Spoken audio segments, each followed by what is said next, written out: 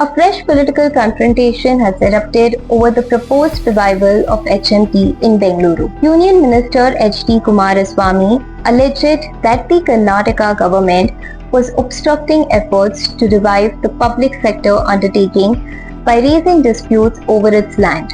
He claimed the move was politically motivated and aimed at derailing the revival process. Kumaraswamy said HMT, which once employed more than 25,000 people and operated manufacturing units at 6 locations across the country, was now struggling to survive.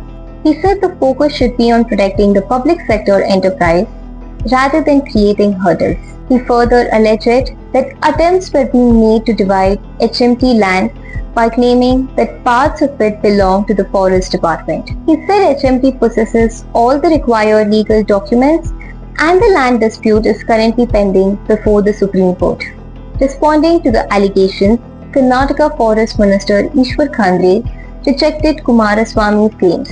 Referring to the 1961 Mysore Gazette, Khandre argued that conditions attached to leased government land must also apply to forest land and questioned the union minister's stand.